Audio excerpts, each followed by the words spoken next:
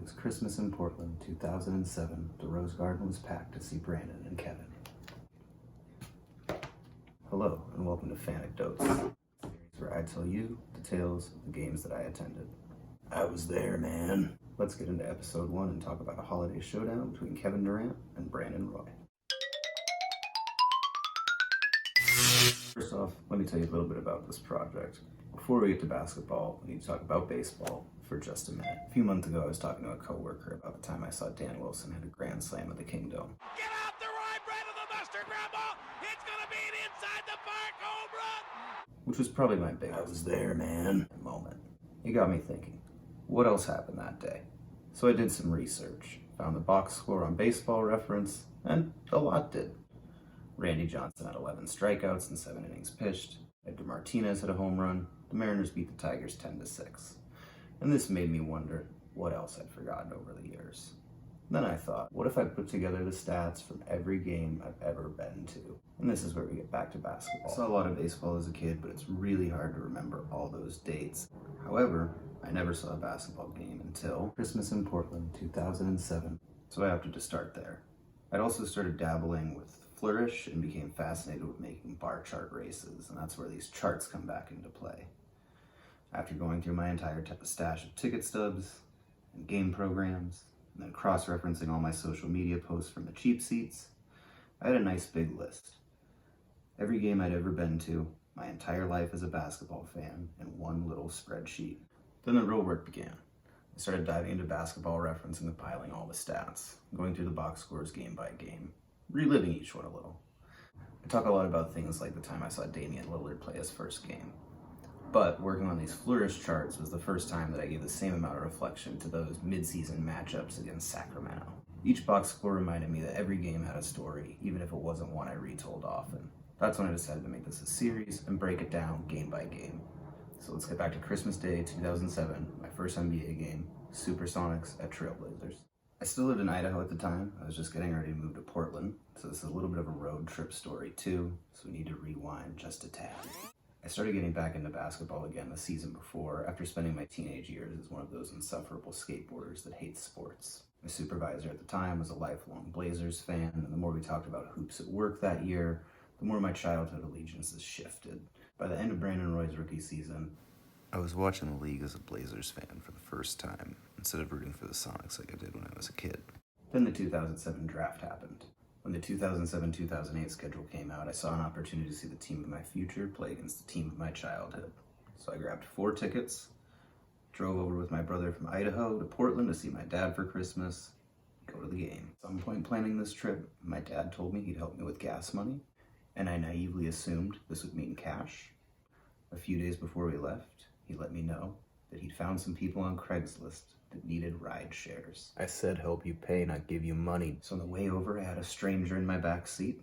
We had a terrible storm in the Dalles. For some reason, my brother thought this was a good time to put Motley Crue on the stereo, and I honestly thought I was going to die listening to Kickstart My Heart. I'd visited Portland a lot by this point, but it's still funny to me in retrospect how it felt like such a big city at the time and how overwhelmed I felt being there. I also remember going to the will call booth to meet my friend Matt before the game and having this weird sense of adulthood. I was 21 at the time, and for some reason having everyone's tickets in my name really made me feel like an adult. Anyway, to this day, this is still one of the loudest games I've ever been to. The I-5 rivalry was unlike almost any other in sports. As big as a road team's fan presence might feel during a Lakers game or a Golden State game, depending on who Californians are rooting for at the moment, it didn't even come close to the split of the crowd at a Sonics Blazers game. Wherever you sat that night, you were going to end up near some Seattle fans in one direction or the other. There was a Sonics fan behind me, I remember, that was just bullying Wally Serbiak. Come on, Wally! To this day, it still baffles me. You're in a full arena on Christmas Day, watching the current Rookie of the Year, Brandon Roy, play the soon-to-be Rookie of the Year, Kevin Durant, and you're worried about Wally Serbiak. Come on, Wally! To be fair, Wally was Seattle's second highest scorer that night with 19 points. He also grabbed a rebound dished 2 assists, and had a +3 rating in 29 minutes off of the bench. Quit picking on Wally. The star of that night for the Supersonics, as you probably guessed, was Kevin Durant, who put up 23 points, 6 rebounds, 4 assists, and 2 blocks. He was out there all night, racking up nearly 38 minutes. Other than that, the Sonics didn't have a ton going on. Earl Watson did dish out 11 assists, and Nick Collison grabbed 14 boards.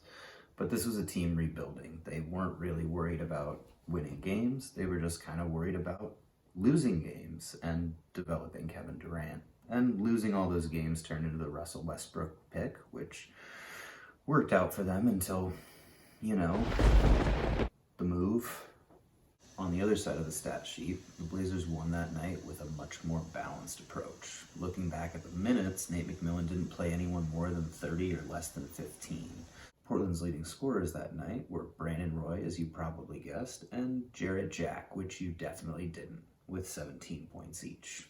Steve Blake and Channing Frye both scored 12 points, and every Blazer that played that night made at least one field goal. Joel Prisbilla snatched 16 rebounds to lead the team, and Brandon Roy led with 7 assists. He also had 6 rebounds. I'd say that makes him Portland's player of the game. As excited as I was when I was there, with it being my first game, looking back at it, it really wasn't a thriller. It was close through the first half, and the second half of the game, the Blazers kind of took the lead for the final time in the third quarter, and then never really looked back. They stretched it out. The closest Seattle ever brought it again was 6. This did extend the Blazers' winning streak at the time to 11 games. Oh, you'd think we died and went to heaven. The winning streak has reached 11. It was the longest in the NBA, so leaving the arena was insane. Portland fans were hyped. It's a great day to be a Blazer. Seattle fans were bummed. People were being rude on Christmas. It was chaos. Want to feel old? Final score, 89-79. Both teams combined were 12 for 32 from behind the three-point line. For context, last season's Blazers team averaged 40.7 free throw attempts per game. To close it out, the last number I want to talk about is 0. For the Blazers, they combined for 0 blocks, not a 1, on the whole team, the whole game. And for Seattle, Delonte West put up a line of 0, 0, 0, and 0, but what else are you going to do in just under 3 minutes?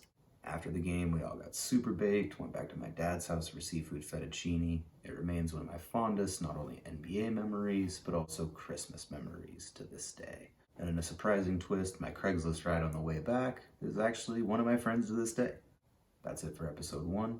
Thanks for watching. Tune in next week when we'll be talking about the last call center I ever worked at and watching Dwayne Wade try to carry the Heat in that time after Shaq left but before LeBron got there. Later.